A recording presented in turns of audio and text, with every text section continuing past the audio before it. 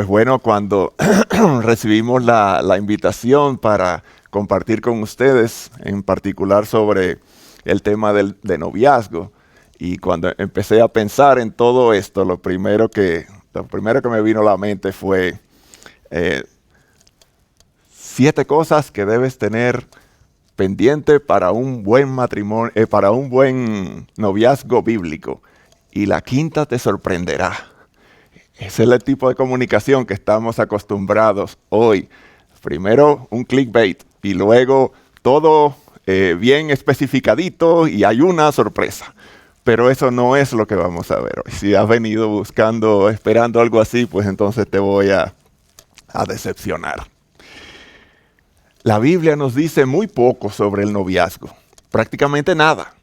Prácticamente nada. Entonces, ¿significa eso que ese es un tema que no le importa a Dios y que Él lo ha dejado para que cada quien haga como bien le parezca? De ninguna manera.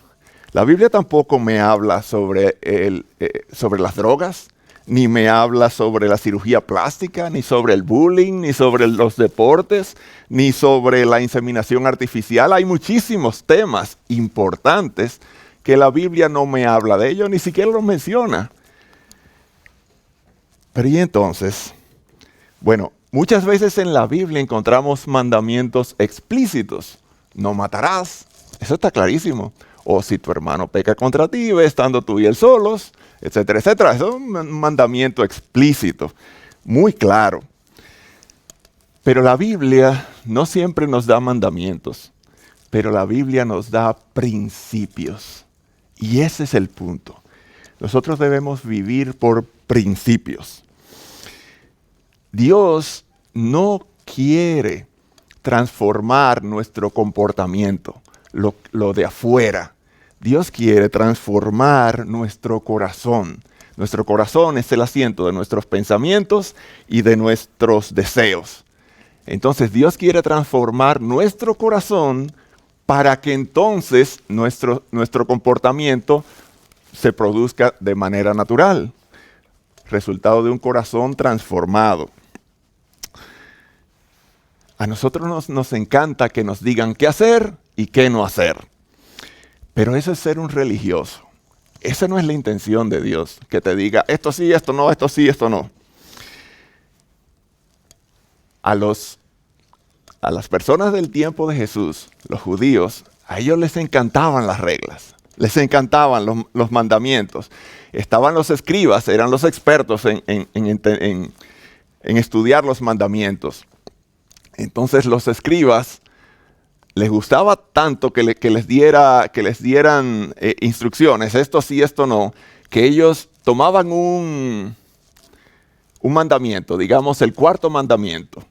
Dios había establecido que en el último día de la semana, en el Sabbat, no debían trabajar. Dios lo hizo para que ese día se lo dedicaran a Él y que fuera un deleite. No que fuera, que no puedes trabajar. Entonces los escribas tomaban ese mandamiento y decían, no trabajar. Bueno, ¿qué quiere decir trabajar? Vamos a ver.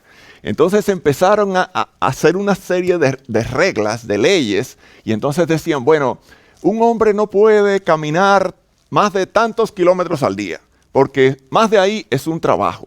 Y ellos empiezan a sacar de lo que a ellos les parece, empiezan a añadir a la palabra de Dios.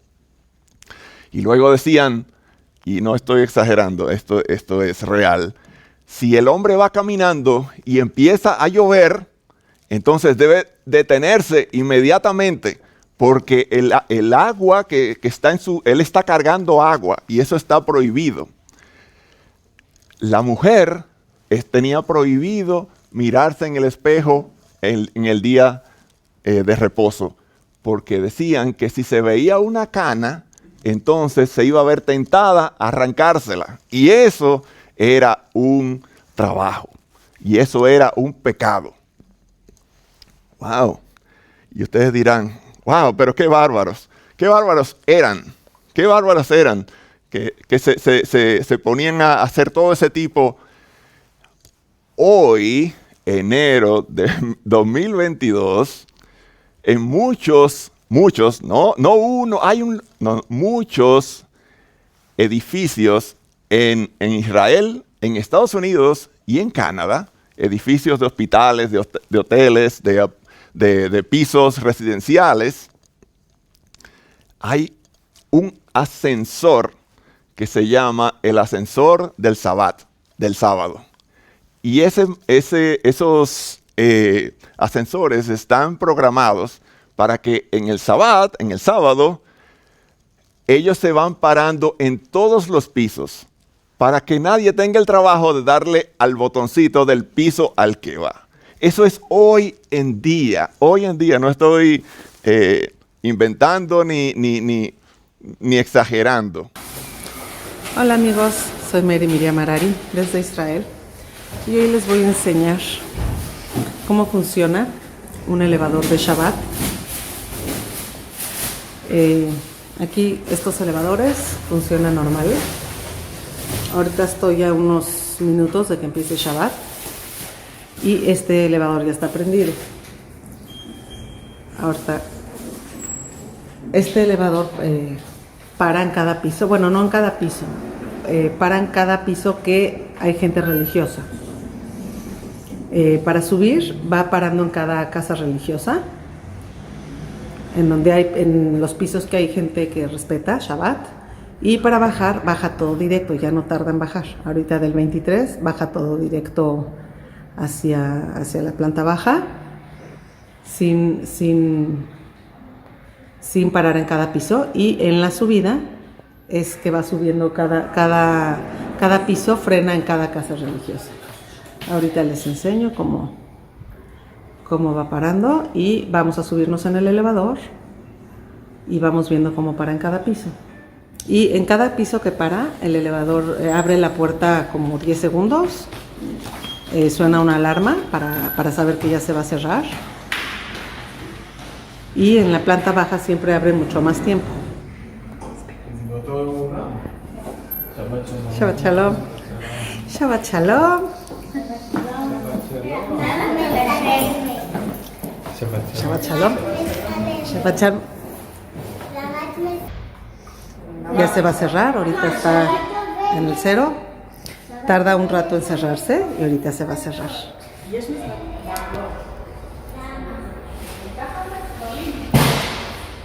Ahorita se va a cerrar ya solo. Suena una alarma.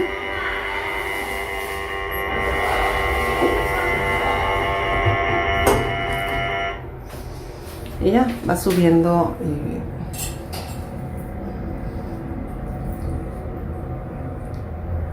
Por ejemplo, acá en el piso 2 hay alguna casa que respeta. Entonces se abre aquí.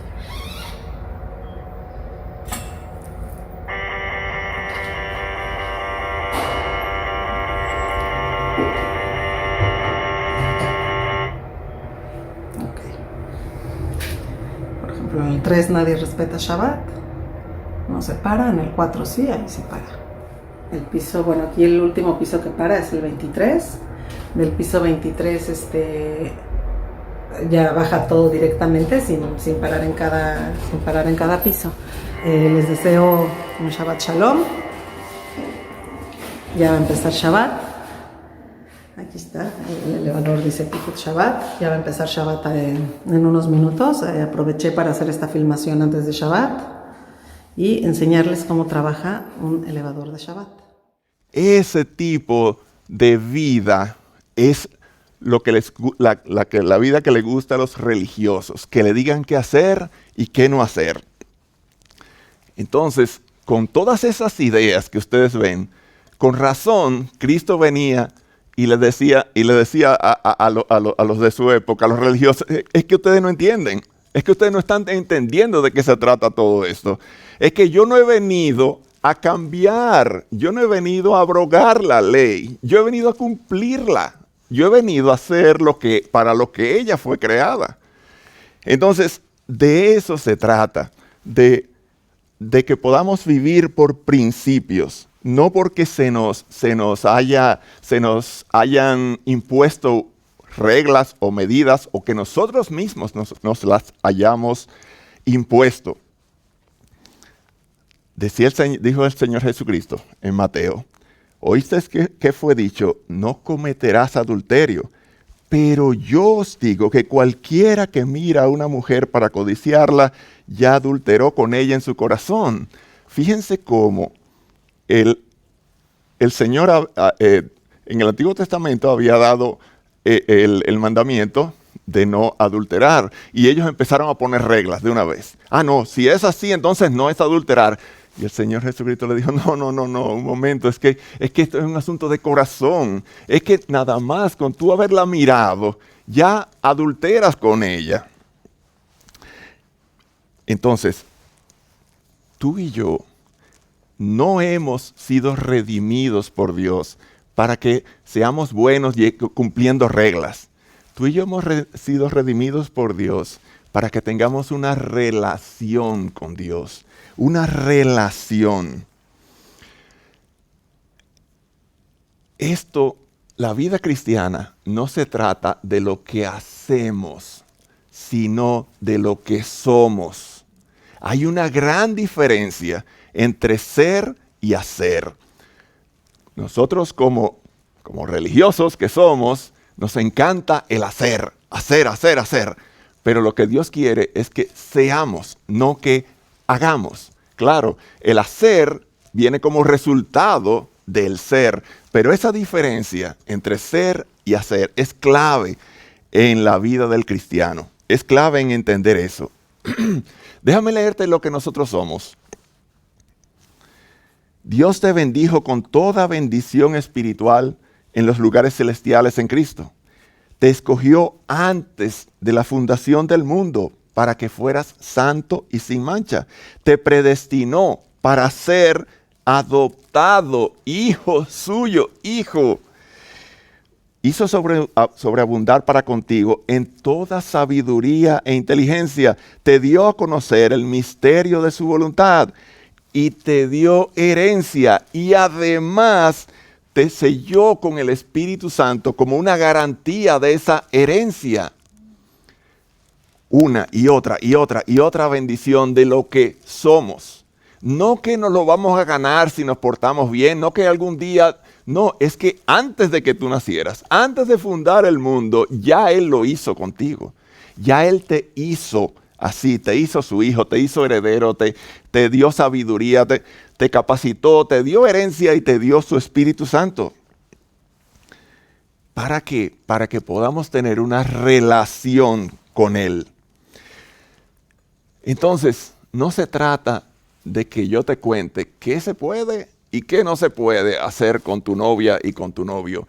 Que hasta dónde puedo llegar sin pecar. Es que no se trata de eso. Es que no se trata. Se trata de vivir por principios.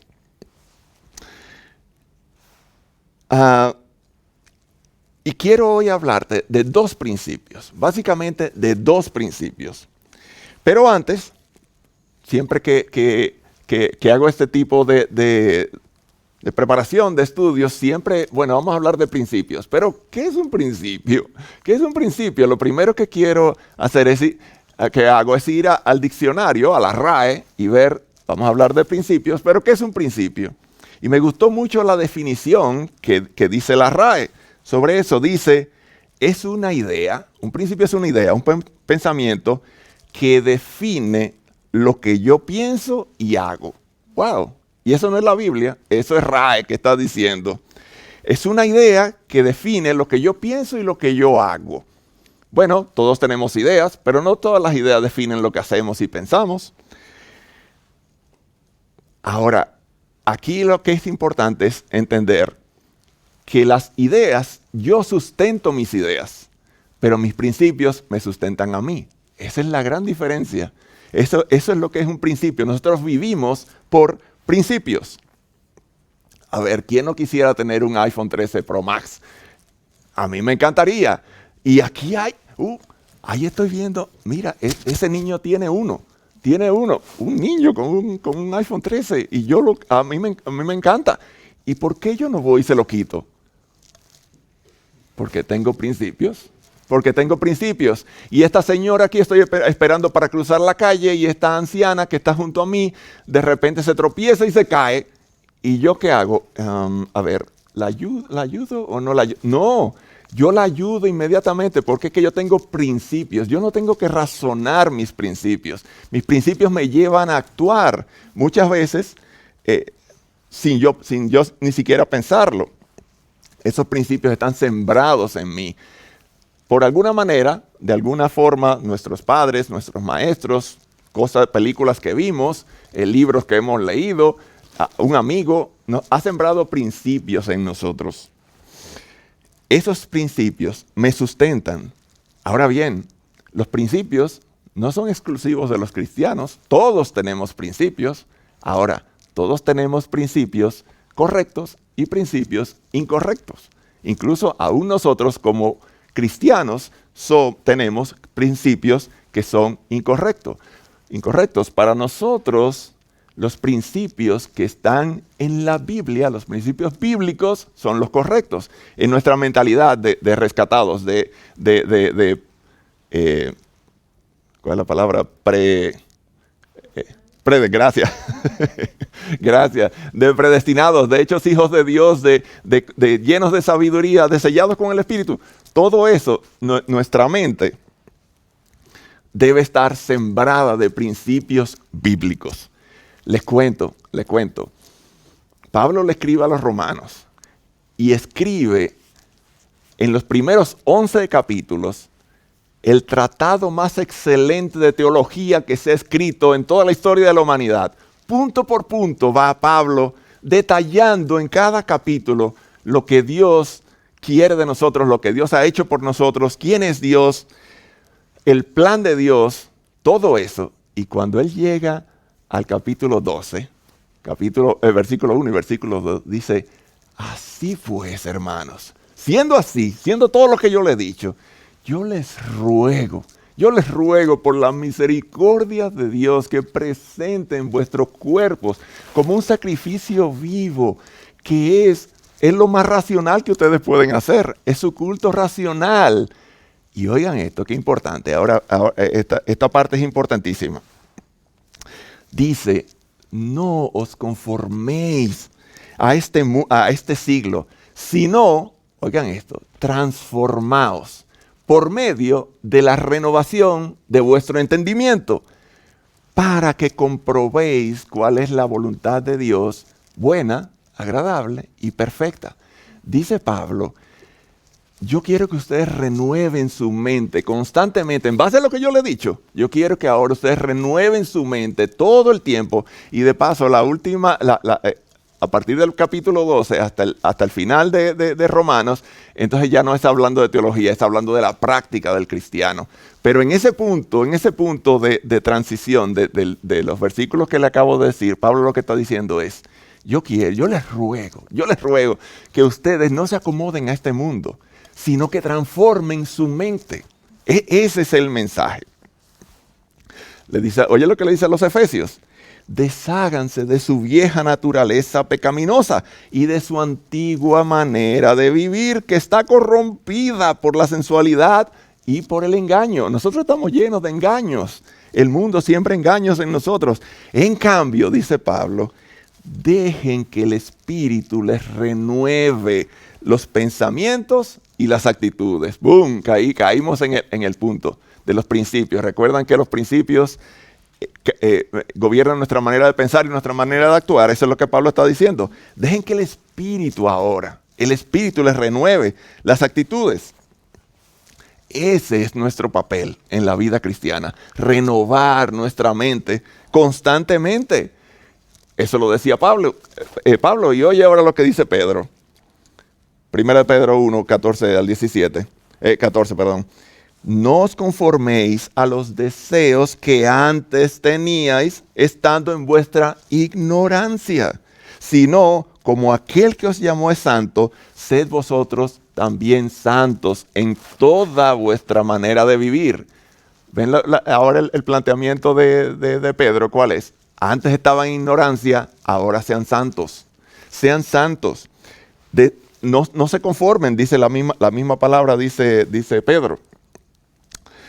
Entonces, sabiendo que los principios bíblicos son los que deben regir mi pensamiento y mi actuación, que yo debo renovar mi mente constantemente.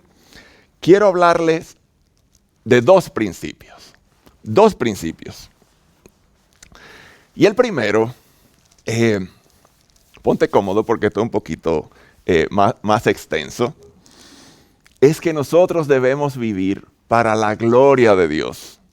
Amén, amén. Cuando yo oigo gloria a Dios, automáticamente digo amén. No sé por qué, pero bueno. Pablo dice, oigan esto, oigan lo que dice Pablo. Así pues, ya sea que comáis o que bebáis o cualquier otra cosa, hacerlo todo para la gloria de Dios.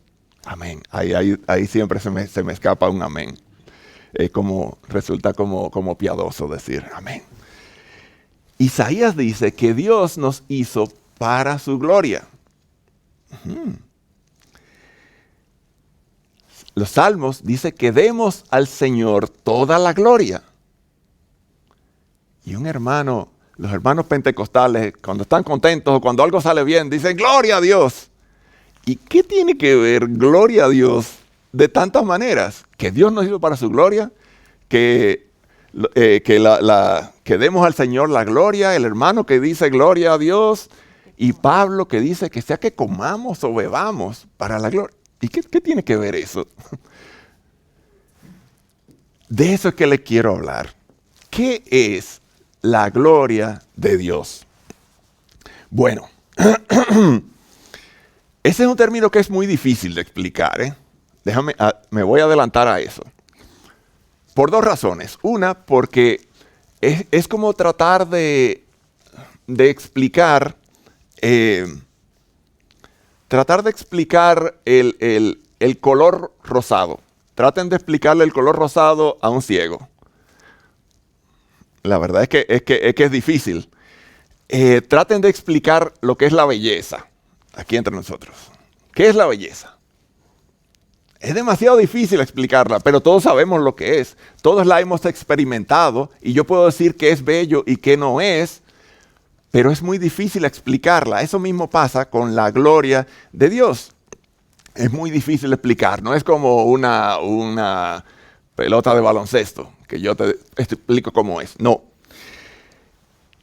Y en segundo lugar, le decía por qué es difícil.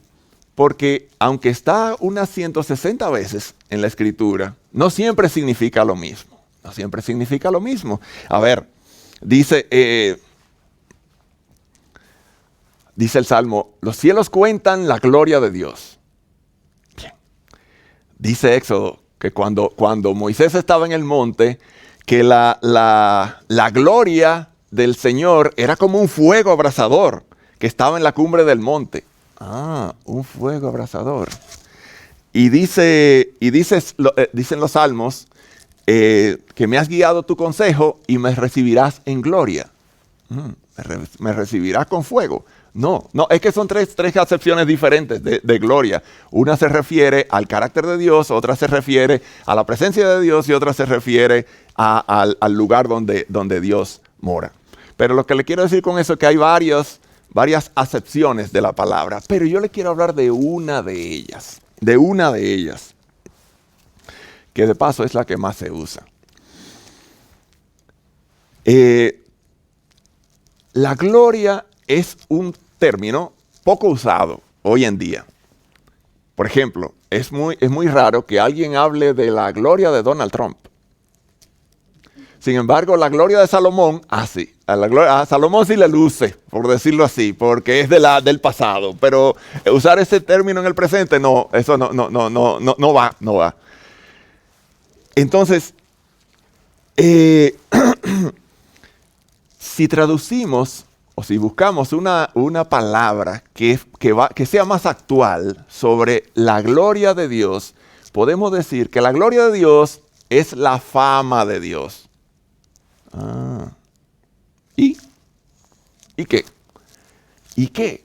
Eso es importantísimo. Es que vamos a volver atrás.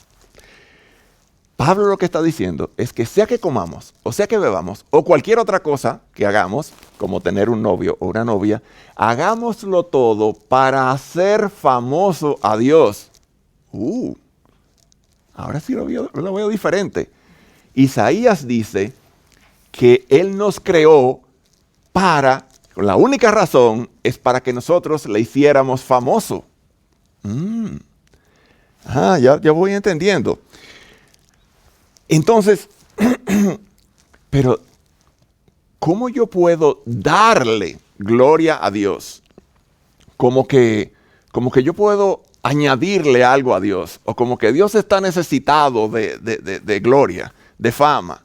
No, lo que quiere decir la expresión darle gloria a Dios es que Dios te ha puesto a vivir alrededor de cientos, de miles de personas para las cuales Él no es famoso. Y te ha escogido a ti y te ha puesto en ese lugar para que tú le hagas famoso frente a esa persona. Dios no necesita nuestra gloria y además, no solo no lo necesita, sino que Dios es el mismo ayer, hoy y por los siglos. No cambia, Él no puede cambiar, Él es perfecto. Él no necesita nada más. Ahora, durante toda nuestra vida, a cada uno de nosotros, Dios nos pone en diferentes ámbitos, en diferentes escenarios.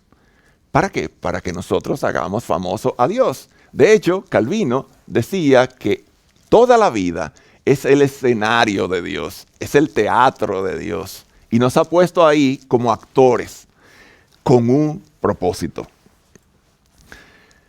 Dios te pone a ti durante, todo un semestre, no sé si aquí usan semestre, usan cuatrimestres en la universidad, a tomar esa clase para que tú lo hagas famoso. Dios te pone a trabajar en una oficina durante años con los mismos compañeros para que tú lo hagas famoso. Dios te puede dar un cáncer, Dios te puede hacer perder un hijo, Dios te puede hacer perder, tener una quiebra financiera. ¿Para qué? Para que tú lo hagas famoso. Para tú que tengas la oportunidad de hacerlo famoso por medio de esa enfermedad o por medio de esa pérdida. Dios te puso en la familia que tú tienes, exactamente te puso en esa familia. ¿Sabes para qué? Para que lo hagas famoso. Para que lo hagas famoso delante de tus padres, obedeciendo a Dios y siendo de testimonio a ellos, sirviendo, siendo humilde, de muchísimas maneras. De muchísimas maneras, la Escritura una y otra vez nos da principios de cómo podemos hacer famoso a Dios. Dios te ha puesto en Madrid, exactamente en Madrid, porque Él quiere que en esta ciudad es que tú lo hagas famoso. Dios te da amigos, y Dios te da un PS5, y Dios te da FIFA 22 para que tú lo hagas famoso con tus amigos. Ahora, ¿cómo yo hago famoso a Dios? Robbie lo que quiere es que yo salga a predicar a las calles. No. Bueno, predicar es una forma de hacer famoso a Dios, evidentemente. Cuando le hablo a alguien de quién es Dios, de sus características, de su bondad, de su amor, de su sabiduría, todo eso yo lo hago famoso. Pero otra manera que yo hago famoso a Dios es por medio de mi comportamiento, de cómo yo me comporto, cómo yo actúo frente a los demás. Y eso es tan importante que el Señor Jesucristo, en su sermón más importante que Él dio, que fue el Sermón del Monte, dice Él, ustedes son luminares, ustedes son luces en el mundo. Por tanto, así alumbre vuestra luz delante de los hombres, para que viendo vuestras buenas obras, glorifiquen a vuestro Padre que está en los cielos. ¿Ven la conexión ahí? Nuestras buenas obras hacen famoso a Dios. Eso es lo que está diciendo el Señor Jesucristo. Y oye, Pedro, tengan una conducta ejemplar entre los gentiles, para que en lo que ellos calumnian, los calumnian como a malhechores, al ver vuestras buenas obras, glorifiquen a Dios en el día de la visitación. Ahí está la conexión otra vez. Es que nuestras buenas obras glorifican a Dios, hacen famoso a Dios. Yo le quiero poner un ejemplo muy sencillo, muy sencillo. Aquí no tenemos coche, pero cuando vivíamos en Santo Domingo, sí teníamos, allá es imprescindible tenerlo. Y cuando yo salía con Elba, a mí me gustaba abrirle la puerta del vehículo. En tercer lugar, porque me gusta ser caballeroso con ella. En segundo lugar, porque la amo. Y en primer lugar, porque yo quiero glorificar a Dios con eso. ¿Cómo glorificar a Dios con eso? Imagínense, y esto es un ejemplo ficticio, que en nuestro edificio hay 2 señoras que se pasan el día chismeando. Y ahí están ellos, viéndonos a nosotros, y yo que le abro la puerta a Elba, y una le dice a la otra, ¿quiénes son esta gente tan rara? Dice, no, es que ellos son cristianos. Y dice la otra, fíjense cómo una actitud tan sencilla como yo abrirle la puerta a mi esposa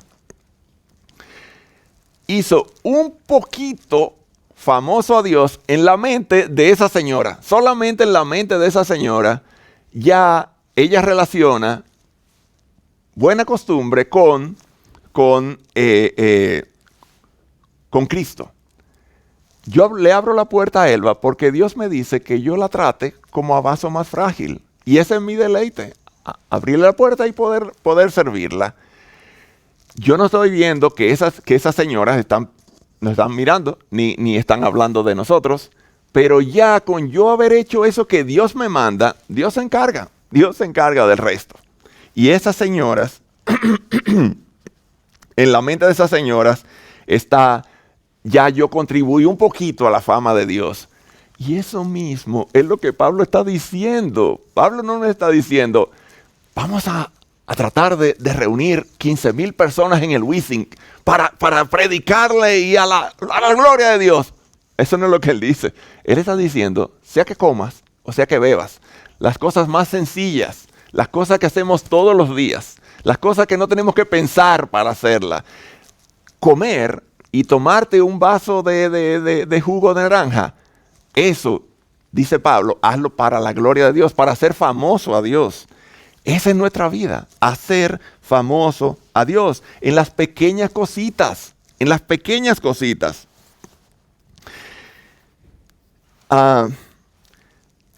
Sea que comamos, sea que bebamos, sea que yo estudie contabilidad, sea que yo tenga una relación de noviazgo, sea que yo juegue una partida de FIFA 22, sea lo que sea, debo hacerlo todo pensando en engrandecer a Dios. Ahora, esa fama que yo le doy a Dios debe ser en base a la verdad.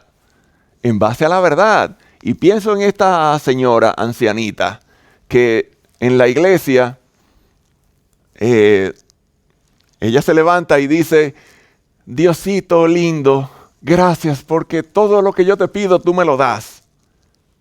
Un momento, es que ni es Diosito, el Señor no es Diosito, el Señor no es lindo, la Escritura no habla de lindo, y Él no nos da todo lo que le pedimos. Entonces eso que ella hizo de todo corazón, eso realmente no está dando gloria a Dios, porque ese no es Dios, de quien está hablando no es Dios. Nuestra adoración, hacer famoso a Dios debe ser en base a la verdad, no en base a lo que yo sienta, en base a lo que me parece. Porque si no, no lo estoy haciendo en verdad.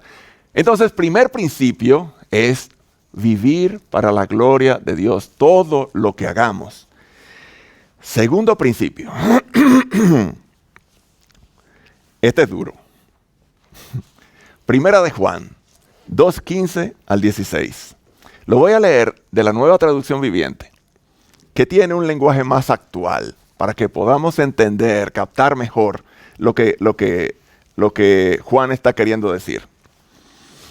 Dice Juan, no amen a este mundo, ni las cosas que les ofrece, porque cuando aman al mundo, no tienen el amor del Padre en ustedes. Pues el mundo solo ofrece un intenso deseo por el placer físico. ¡Wow! Un deseo insaciable por todo lo que vemos y el orgullo de nuestros logros y nuestras posesiones. Nada de eso proviene del Padre, sino que proviene del mundo. ¡Wow! Oigan lo que está diciendo Juan sobre lo que es el mundo y lo que es el cristianismo.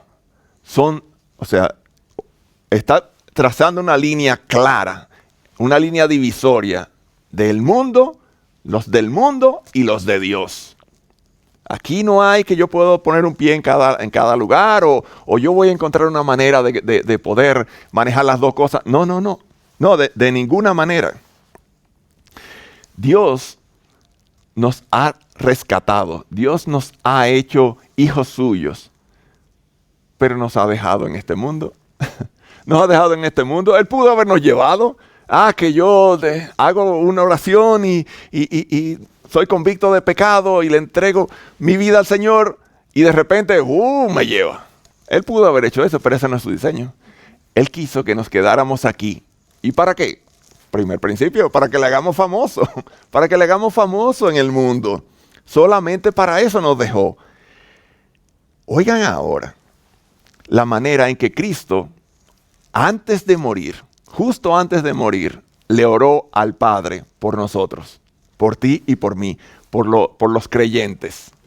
Oye eso. Él dice, Padre, yo ruego por ellos, por los creyentes, por ti y por mí. Yo no ruego por el mundo, sino por los que me diste, porque tuyos son. Y ya yo no estoy en el mundo, pero estos están en el mundo. Yo les he dado tu palabra y el mundo los aborreció porque no son del mundo, como tampoco yo soy del mundo, dice Cristo.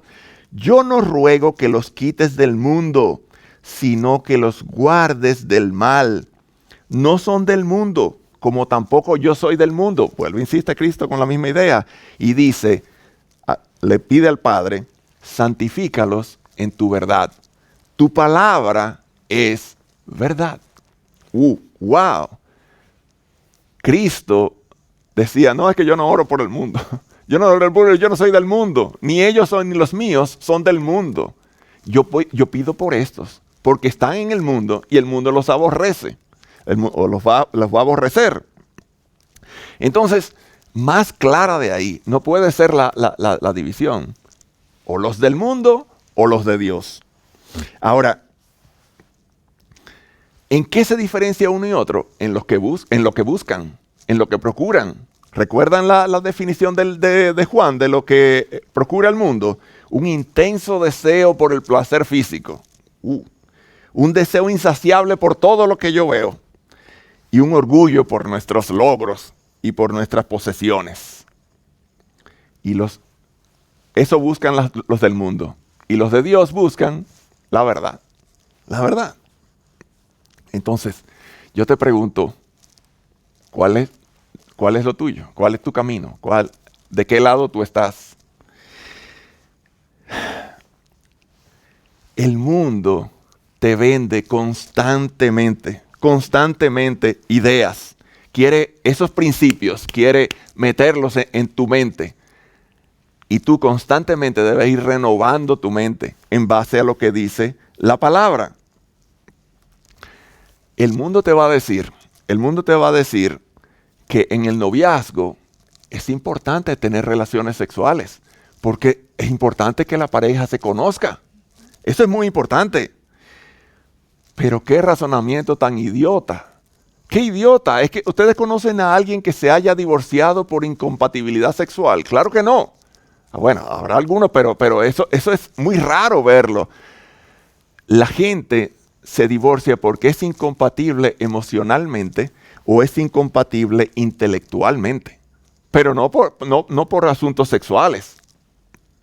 De hecho, tú puedes conocer si eres compatible con tu pareja intelectualmente o emocionalmente sin necesidad de tener relaciones, sin necesidad.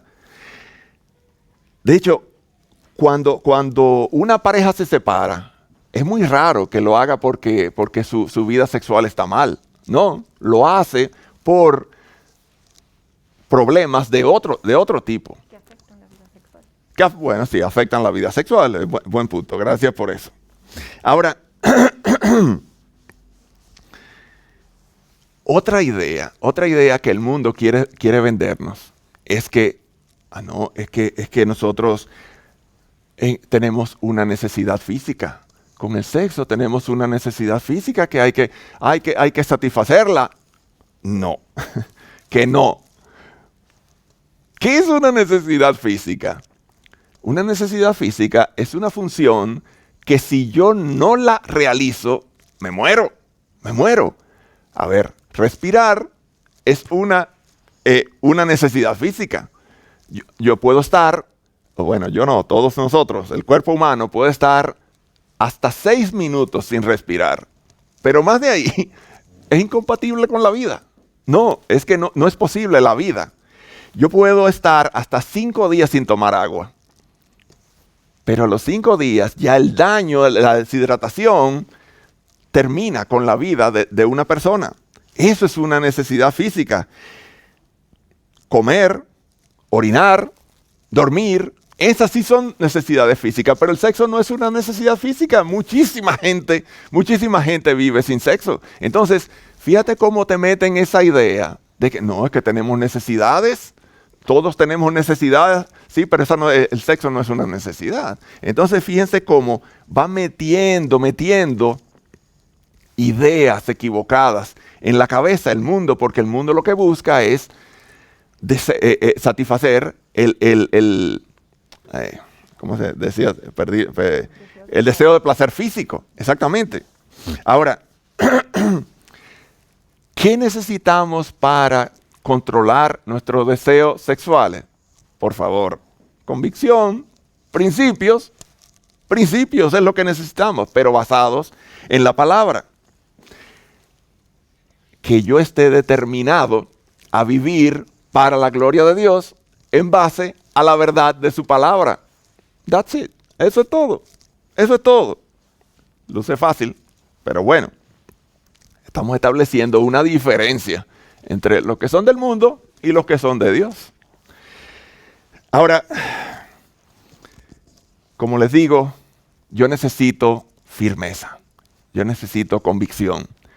Y eso exactamente es lo que el mundo no tiene. El mundo no tiene convicciones, el mundo cambia sus ideas, cambia sus valores constantemente. Lo que antes era honorable, ahora es miserable. Lo que antes no era aceptado, luego fue medio aceptado y ahora es obligatorio. Así piensa el mundo, cambiando constantemente.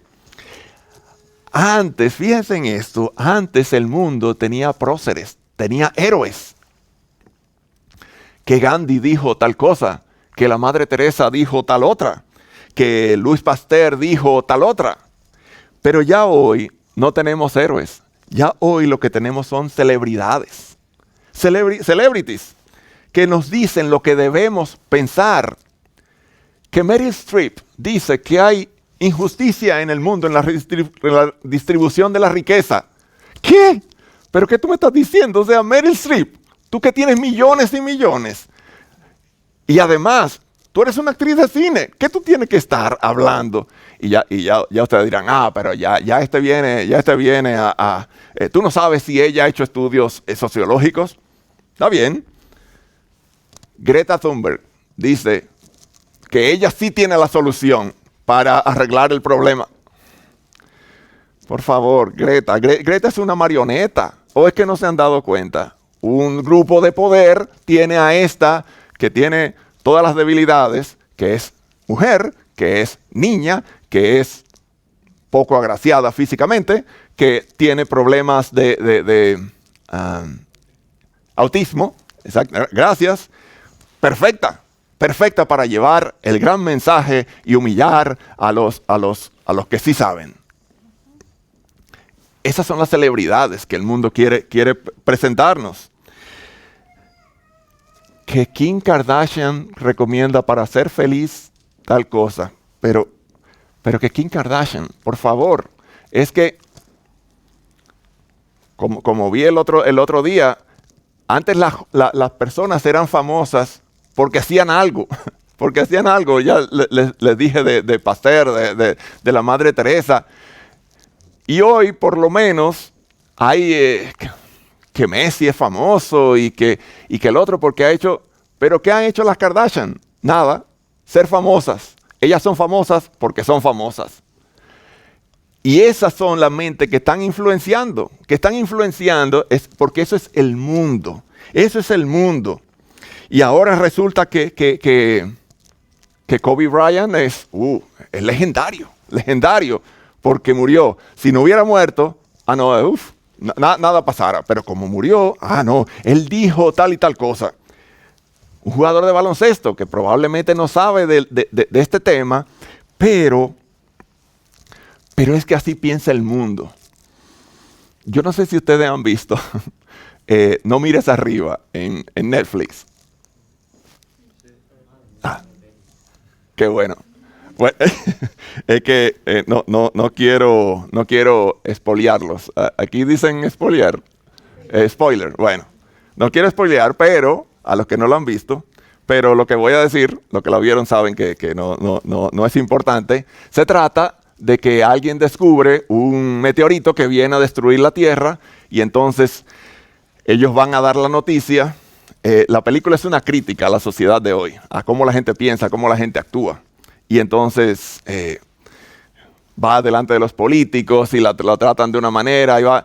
Bueno, la cosa es que en una escena está la prensa haciendo entrevistas por la calle y le pregunta a uno, ¿y qué te parece de que la Tierra se va a terminar? Y dice ella, no, es que yo no creo que... ¿Cómo que yo no creo? Así piensa el mundo. Bueno, como a mí no me parece, pues no importa. No importa, o sea, lo que yo sienta, eso es.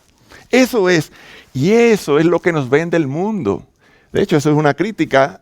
No mires arriba, es una crítica a esa manera de pensar. Por supuesto que no es una película cristiana, pero nos da mucho a pensar de cómo nosotros mismos estamos pensando hoy día. Porque como vimos, nuestra mente también está llena de ideas equivocadas que tenemos que cambiar por medio de la transformación de nuestro entendimiento para que podamos comprobar cuál es la voluntad de Dios para nosotros, que es buena, agradable y perfecta. Entonces, señoras y señores, oigan lo que dice Pedro. Dice Pedro, toda carne es como la hierba y toda la gloria del hombre es como la flor de la hierba. La hierba se seca y la flor se cae, pero la palabra del Señor permanece para siempre. Para siempre. La palabra del Señor. Oigan lo que dice más adelante dice Pedro. También tenemos la palabra profética más segura, la Biblia, a la cual hacéis bien en estar atentos, como una antorcha que alumbra en un lugar oscuro hasta que el día esclarezca y el lucero de la mañana salga en vuestros corazones. Pedro plantea el mundo donde vivimos como una oscuridad total, pero la Biblia es una llama en medio de toda esa oscuridad y dice nosotros debemos estar atentos a eso hasta que el día esclarezca. Así es que ese es mi mensaje para ustedes en esta tarde. No se trata de reglas. No se trata de qué se puede y qué no se puede. Que sí, la palabra me da instrucciones precisas, pero no solamente sobre el noviazgo, sino cosas que afectan a nuestra vida en general. 1 Corintios, huid de la fornicación. ¿Quieres más claro? Hebreos, a los fornicarios y a los adúlteros los juzgará Dios. 2 Timoteo, huye de las pasiones juveniles. Principios, principios, principios. Pero ustedes conocen muy bien esos pasajes. Por eso yo no quise venir a hablar de pasajes, yo quise venir a hablar de principios, que son los que deben definir nuestra vida. Nosotros debemos vivir según los principios bíblicos, no según lo que a mí me parezca o lo que me convenga o lo que me guste, sino que debemos vivir para Cristo, a quien sea la gloria en la iglesia por todas las edades, por todos los siglos. Amén.